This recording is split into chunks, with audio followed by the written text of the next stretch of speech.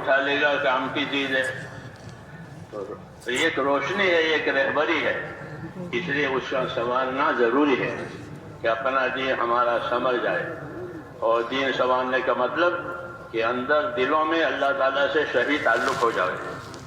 ہاں, یہ ضروری ہے کہ ہمارا تعلق اللہ تعالیٰ سے صحیح ہو جائے.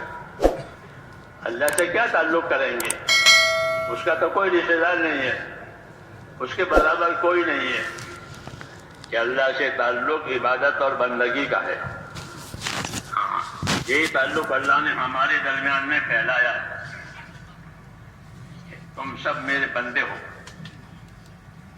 جنات اور انسان اور ملائکہ یہ سب اللہ کے بندے ہیں. تو بندگی والا تعلق اللہ تعالیٰ نے دیا ہے. وہ دین اسی کی رہبری کرے گا کہ اللہ کی بندگی اور اللہ کی عبادت کیسے صحیح ہو جائے, کیسے بندہ بن کر زندگی گزرے. اس کی رہبری دین کرے گا کہ بندہ بن کر زندگی گزارو. کہ بندہ بن کر زندگی گزارنے کا کیا مطلب ہے؟ کہ بندہ بن کر زندگی گزارنے کا مطلب یہ ہے کہ اللہ کے ساتھ ایمان اور اخلاص سے رہو.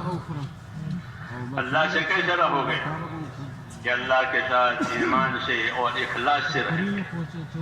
کہ اللہ پر ہمارا ایمان ہے کہ اللہ ہی وہ ذات ہے جو عبادت کے لائق ہے, اس سے سوا کوئی عبادت کے لائق نہیں.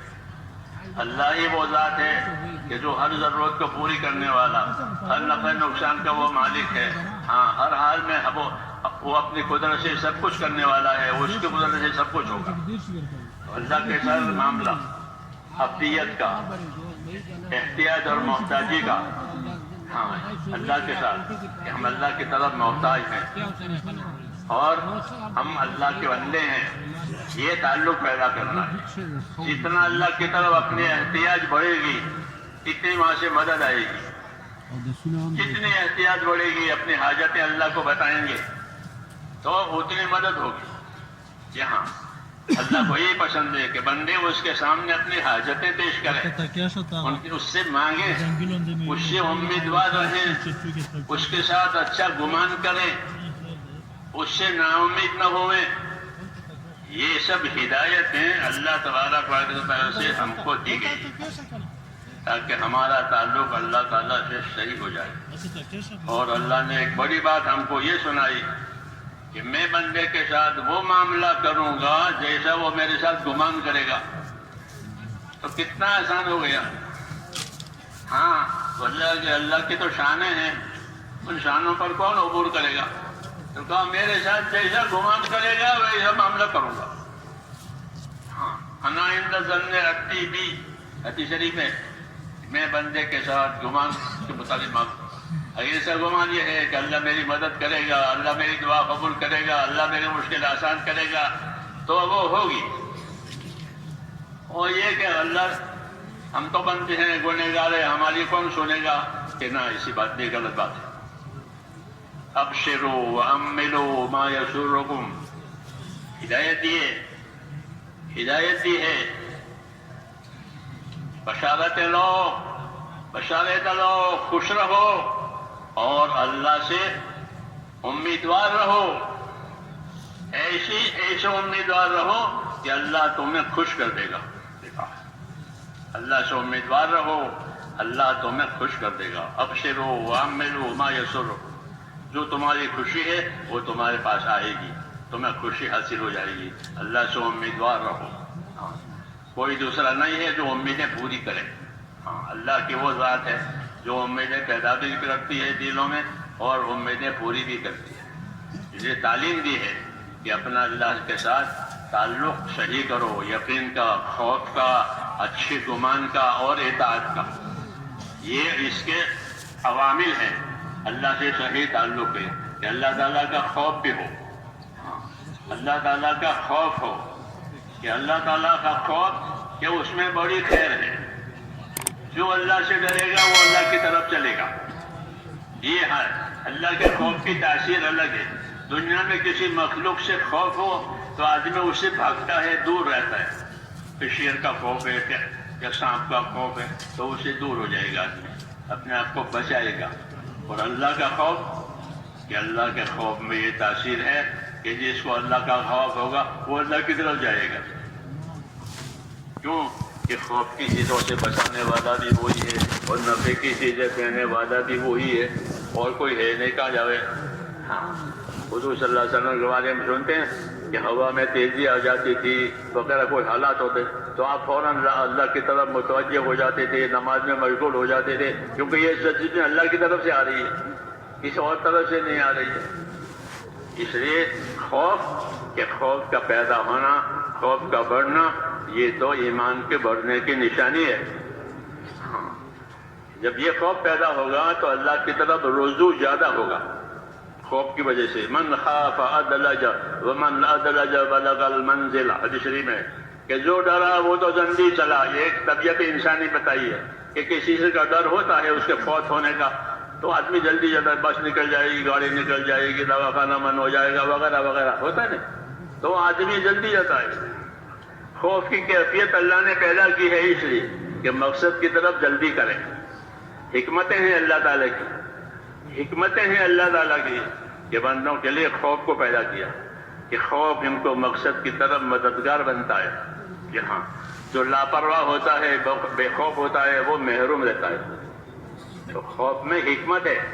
خوف پاگل کرنے کے لیے نہیں ہے کہ ڈرتے ڈرتے پاگل ہو گیا, عقل کھوئی کہ نہ, وہ خوف نہیں, بلکہ وہ خوف ہے کہ جو اللہ کے تعلقات کو صحیح کراوے, اللہ کے حقوق کی سمجھ دے. یہ تو اس لیے حضور صلی اللہ علیہ وسلم اللہ تعالیٰ سے خوف مانگتے تھے. وہ تو حضور صلی اللہ علیہ وسلم کے زندگی میں تو تھا ہی خوف, ہم کو سکھانے کے لیے کہ تم بھی اللہ تعالیٰ کا خوف مانگو. ہاں, ورنہ آپ صلی اللہ علیہ وسلم سب سے زیادہ اللہ سے ڈرنے والے تھے. یہ آپ نے اپنے بارے میں خود بتایا ہے, انی لاخشاکم واتقاکم للہ, کہ میں تم میں سب سے زیادہ اللہ سے ڈرنے والا ہوں اور میں تم میں سب سے زیادہ اس کی ناراضگی سے بچنے والا ہوں.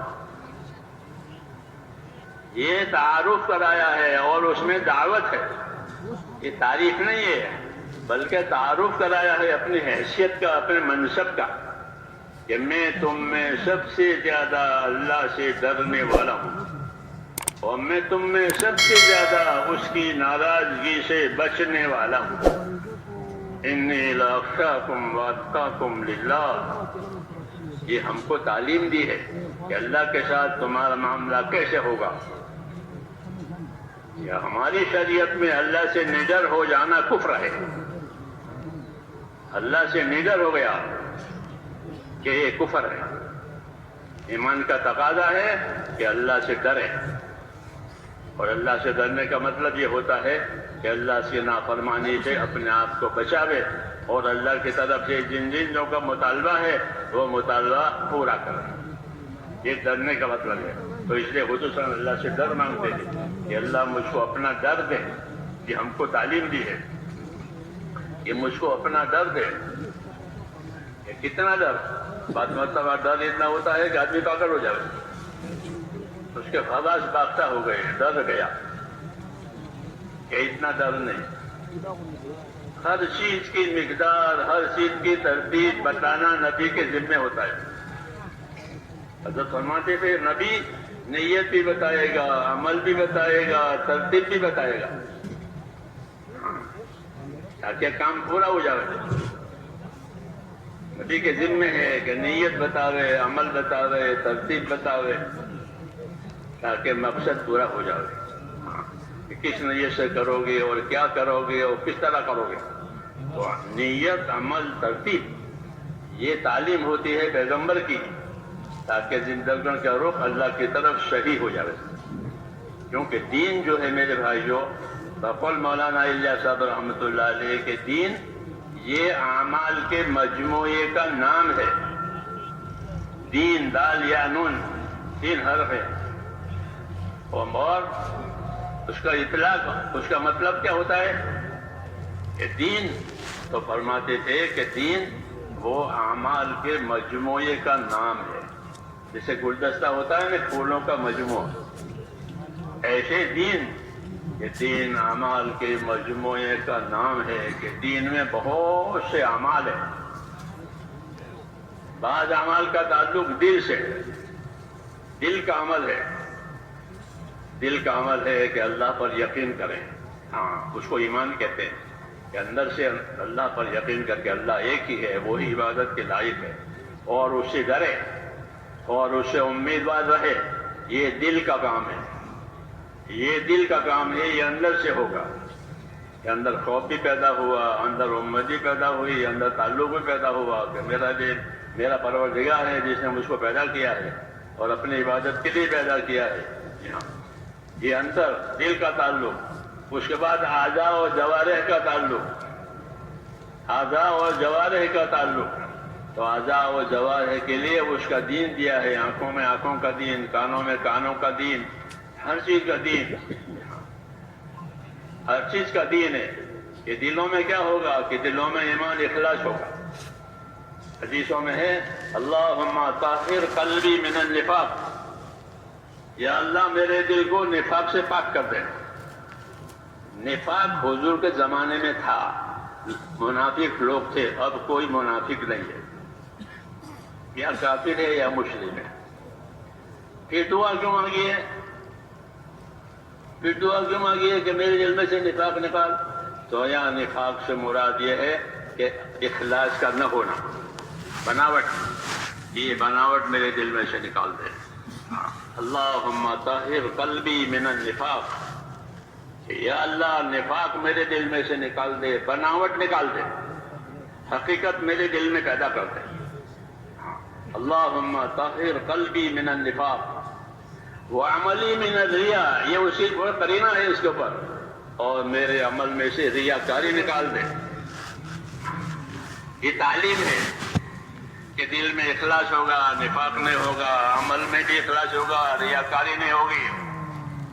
اللہم طہر قلبی من النفاق وعملی من الریا ولسانی من الکذب، اور میری زبان کو جھوٹ سے بچا لے. کیونکہ یہ سب نفاق کے اعمال ہیں، اندر کچھ باہر کچھ، زبان پر کچھ دکھا. یہ تو اس سے پاکی، یہ تعلیم ہے کہ معاملہ اللہ تعالیٰ سے اندر سے باہر سے صاف، کہ اللہ میرے دل کو پاک کر دے نفاق سے. یعنی دل ایسا نہ ہو کہ اس میں اخلاص نہ ہو، بلکہ اللہ کی طرف توجہ ہو، اللہ کی طرف عنابت اور اللہ کی طرف دل کا رخ ہو. جی ہاں، تو کافر منافق کا رخ نہیں ہوتا اللہ کی طرف، وہ بناوٹ کرتے ہیں. اس لیے کہا کہ میرے دل میں سے نفاق نکالے. طاہر قلبی من النفاق وعملی من الریا، اور میرے عمل میں سے دکھاوا نکال دے، کہ میرا عمل لوگوں کے دکھانے کے لیے نہیں ہو یا کسی ظاہری غرض کے لیے نہ ہو، بلکہ میرا عمل اس لیے ہو تاکہ میرا اللہ مجھ سے راضی ہو جائے، اور جو تقاضا میرے اللہ نے مجھے دیا ہے اپنی بندگی عبادت کا، وہ مجھ سے پورا ہو جائے. جی ہاں، وہ تقاضا مجھ سے پورا ہو جائے. اس لیے کہا میرے عمل کو ریا سے، اور میرے دل کو نفاق سے، اور میری آنکھ کو خیانت سے بچا لے. کہ میری نظر میں خیانت نہ ہو. وائے نہیں میرے خیانت، کہاں کہ نظر میں خیانت ہوتی ہے. چور چوری کرنے کے لیے آتا ہے تو سب دیکھتا ہے، اور لوگ بھی دیکھتے ہیں، وہ بھی دیکھتا ہے، لیکن چور کی نگاہ میں اور دوسروں کی نگاہ میں فرق ہے. کہ چور کی نگاہ وہ اپنے تقاضے کے لیے ہوتی ہے کہ کہاں مقام ہے، کون غافل ہے، کون بے، تو اس کا سامان اٹھا لے. یہ دوسروں کی نظر ایسے نہیں ہوتی ہے، وہ اپنے سامان کی حفاظت، اپنے کام کی حفاظت میں، تو اس کی نگاہ الگ، وہ خیانت کی نظر ہے، اس نظر میں خیانت ہے. تو اس لیے کہا کہ میرے دل کو نفاق سے پاک کر دے، اخلاص سے بھر دے، اور میرے عمل کو ریا سے پاک کر دے. اس میں للہیت پیدا کر کہ میری حرکت جو ہے وہ تیری رضا حاصل کرنے کے لیے ہو. عمل حرکت کا نام ہے، تو میری حرکت کہ وہ تیری رضا حاصل کرنے کے لیے ہو. ہاں، اور اس میں کوئی دغا نہ ہو. اس لیے کہا میری آنکھ کو بھی خیانت سے بچا لے، دغا سے بچا لے.